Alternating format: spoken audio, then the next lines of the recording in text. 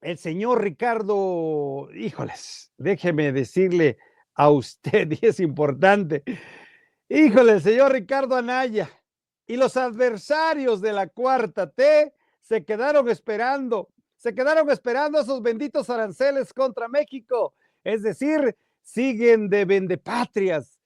¿Quién saltó primero? Precisamente fue Riquín Canallín Profugín, quien ya no es Profugín, ya está en el Senado, es el encargado, el representante del PAN, quien se lanzó contra la presidenta de todos los mexicanos, Claudia Sheinbaum. Vea usted y escucha híjoles, ¿le va a usted creer? Haga su Literalmente propia nos conclusión. está lloviendo sobre mojado, nos agarró en el peor momento posible esta imposición de aranceles por parte de Estados Unidos.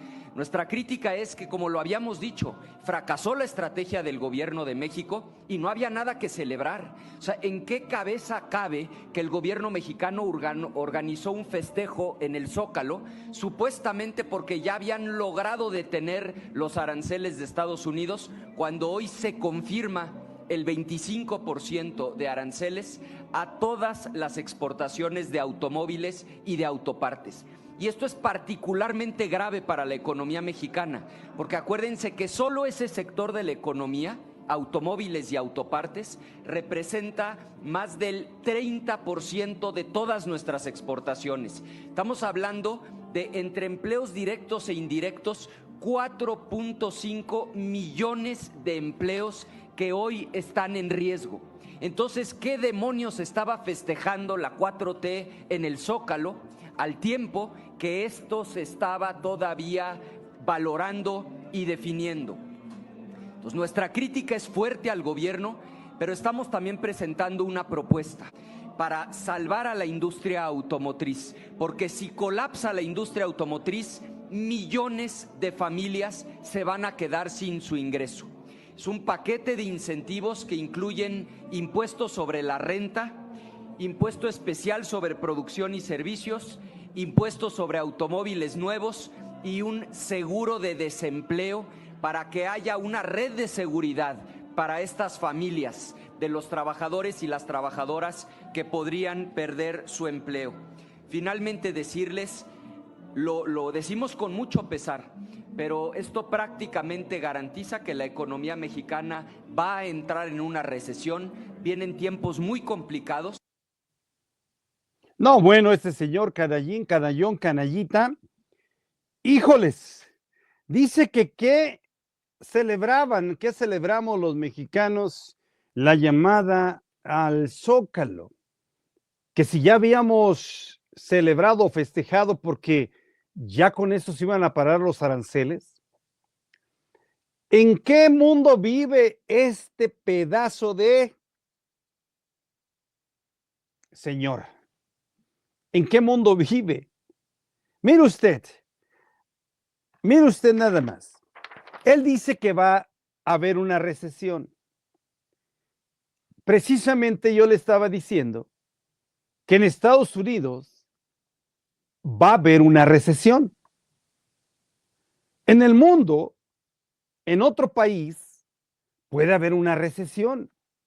Oye, ¿de qué carajos habla el señor Ricardo Anaya? Ahora dice él que ellos tienen una bendita propuesta. La propuesta que ellos presentan es por si colapsa la industria automovilística de automóviles. Ah, bueno, por eso dice que hay que darles un incentivo a los trabajadores por si son despedidos. Pero no nada más eso.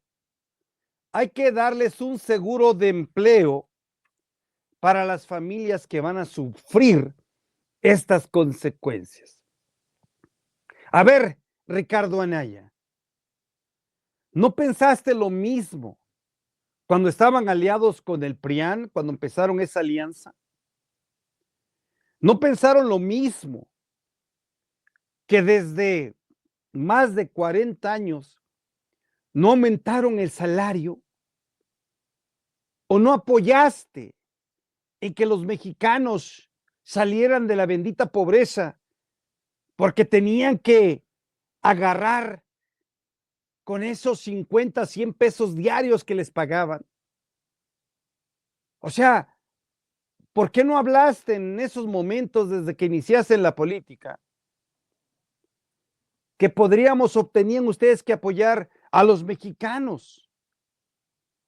Ahora, por si no sabe el señor Ricardo Anaya, usted que nos ve y nos escucha, es un punto de vista muy particular. Por eso está bien, benditas redes sociales. Si me ve una persona o 5 personas, le agradezco. Vamos a dar nuestro punto de vista. Mire usted, no es México nada más. No fue el mal comportamiento que hiciera o hubiera hecho la presidenta de México. Es a nivel global. En más de hay como 124 países muy pobres en el mundo, muy pobres y más pobres que México. A ellos también les aplicaron los aranceles. Híjoles, usted se preguntará de dónde salieron o cómo salió esa fórmula de los aranceles. Bueno, es otra harina de otro costal, pero una cosa sí le voy a decir, que el señor Donald Trump, desde los jardines de la Casa Blanca, no pensó en un momentito decir, le voy a aplicar nada más a México estos aranceles, o quiero que sufra nada más México, señor Ricardo Anaya. No, fue global. Es cierto que fuimos los más beneficiados, México y Canadá, por el Tratado de Libre Comercio, que por cierto, su discurso también Donald Trump dijo que había sido uno de los peores tratados que se habían hecho.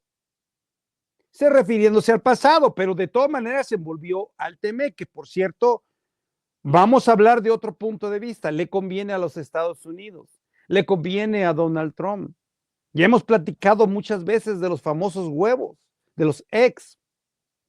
Si se escaseó, imagínese usted que se hubiera puesto aranceles por aguacates, por chiles, jitomates, papas o todo lo que viene de México, pues ¿cómo le iba a hacer la gente de Estados Unidos? Entonces sí, iba a ser un verdadero caos. Ahora, también hay una cosa importante y no sería de tan genio de ir a las mejores universidades para entender. ¿Usted cree que si usted en su casa se cree el rey de la cuadra, de la colonia, por lo menos tiene usted amigos que le van a hacer el paro, que le van a cuidar por si vienen los de la otra colonia o le quieren fregar? O sea, es lo mismo. Donald Trump dice, bueno, solito no la voy a armar. Se aplica aranceles para todo el mundo, pero voy a cuidar a Canadá y a México.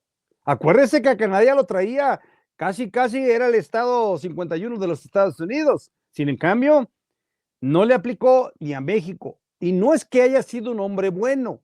Lo que pasa es que le conviene que muchas de las cosas sí, no paguen impuestos cuando compran los estadounidenses.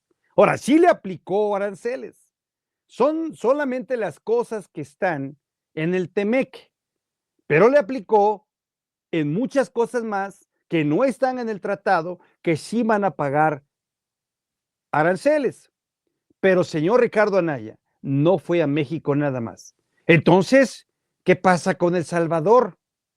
¿Qué pasa con el señor Milei, que por cierto, hoy se está o se va a reunir o vino a la Casa Blanca o a Estados Unidos para ver, entre comillas, si lo recibe el presidente de los Estados Unidos? ¿Qué le va a decir?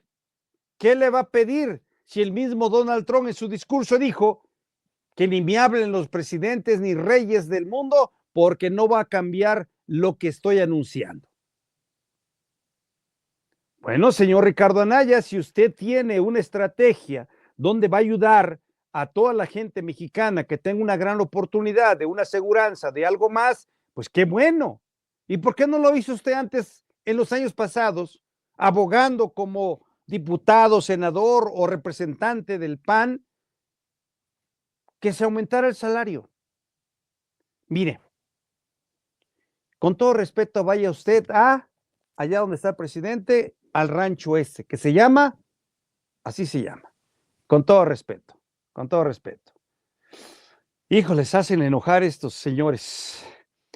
Mire usted, para no colgarse de la diabetes, híjoles, otro, igual que el señor Alito Moreno, también se lanzó contra el gobierno de la presidenta Claudia Sheinbaum Pardo, asegurando que el país va de mal en peor, que nos está llevando la tostada. Escuche usted a este bueno para Justicia nada. social no se construye con discursos, se construye con trabajo, con inversión y con crecimiento. No se puede repartir lo que no existe. Para que haya bienestar, primero debe de haber crecimiento económico. Para que haya oportunidades, primero debe haber desarrollo. El verdadero reto no es repartir dinero, es hacer crecer la economía, generar empleos dignos y fortalecer a quienes mueven a México, los trabajadores, los emprendedores, los productores.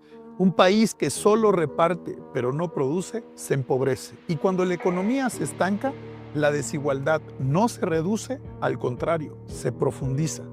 Queremos un México donde la justicia social no dependa de las dádivas, sino de las oportunidades. Donde la riqueza no se vista como un enemigo, sino como el motor del bienestar. Porque sin crecimiento no hay futuro, sin producción no hay empleo y sin riqueza no hay nada que redistribuir. Por eso hay que trabajar juntos y unidos para que haya una verdadera justicia social. ¿Cómo ve usted al hermano, al primo, al cuate del señor Ricardo Anaya? Ahora resulta que el señor Alito Moreno nos quiere dar clases o quiere dar clases de cómo se puede tratar esto, de cómo mejorar un gobierno que según no se está haciendo nada, el gobierno de Claudia Sheinbaum, ¿no?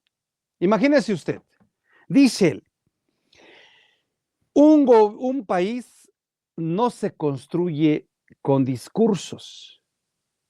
¿Y qué nos enseña el señor Alito Moreno? ¿Qué fue exactamente lo que hizo? ¿No fue un discurso? ¿O fue un ejemplo? Porque yo le pregunto a usted, si no fue un discurso y fue un ejemplo, ¿qué hizo cuando fue gobernador de Campeche? ¿Qué hizo? Bueno, sabemos que hizo mucho. Sabemos que llenó sus arcas. Sabemos que le puso mármol y puertas de cedro a esa casa que en un día se la sacaron. Es cierto que hizo mucho. Hizo mucho. Una playa privada para el señor Alito Moreno cuando lleve a sus amigos, ¿no? ¿De qué está hablando el señor Alito Moreno? ¿De qué ejemplo le quiere dar a la actual presidenta de México? ¿A qué?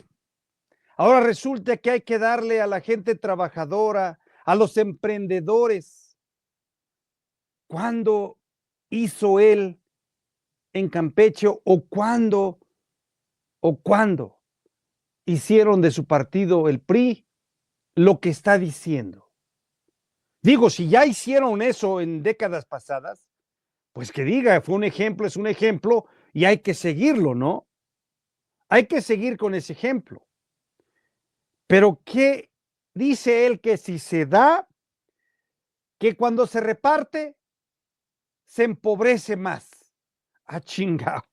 Entonces, el dar becas a niños, a niñas, para que tengan un futuro mejor y vayan a las escuelas, tengan una oportunidad mejor de sobresalir y salir adelante, ¿es malo repartir becas?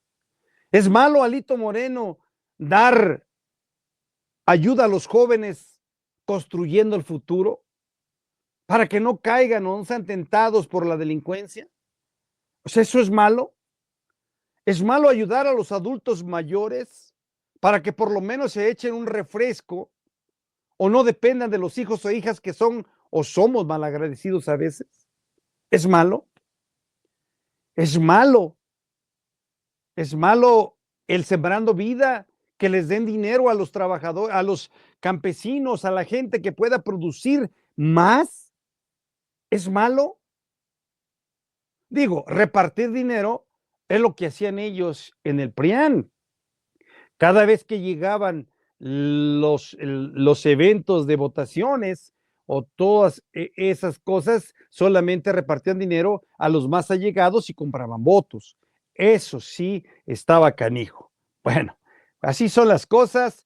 Ya la oposición no sabe qué hablar.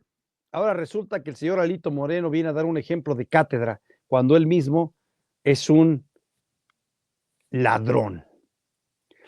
Híjoles, híjoles, híjoles, a ver cómo nos ponemos en este día. Pero pasando y continuando con otro tema, la presidenta Claudia Sheinbaum Pardo respondió al todos detractores que esperaban lo peor para el país, que el gobierno gringo impusiera al 25% o hasta el 25% de contraste a México. Vea usted y escuche a la presidenta de México. Cuando aquí mandan sus hijos a la escuela y por supuesto también tienen grandes canonjías en este país. Ayer, no voy a decir nombres, ¿no? Pero había algunos muy enojados. Sumamente enojados. Porque lo que ellos quieren es que le vaya mal a México. O sea, apuestan a la derrota del modelo de la Cuarta Transformación. Apuestan. ¿Y cómo apuestan a eso? A desinformar. No solo eso. Queriendo que a México, o sea, ellos hubieran querido que para México hubiera habido más aranceles. Si hoy tuviera una... Entonces estaban enojadísimos de decir, bueno, ¿por qué no le pusieron aranceles a México? Exacto. Porque querían demostrar que nosotros pues no tenemos la conducción del país o que estamos haciendo mal nuestro trabajo. Entonces, en ese sentido, pues no les interesa México, les interesa regresar por sus fueros. Y eso pues primero no va a ocurrir, porque el pueblo de México es muy consciente.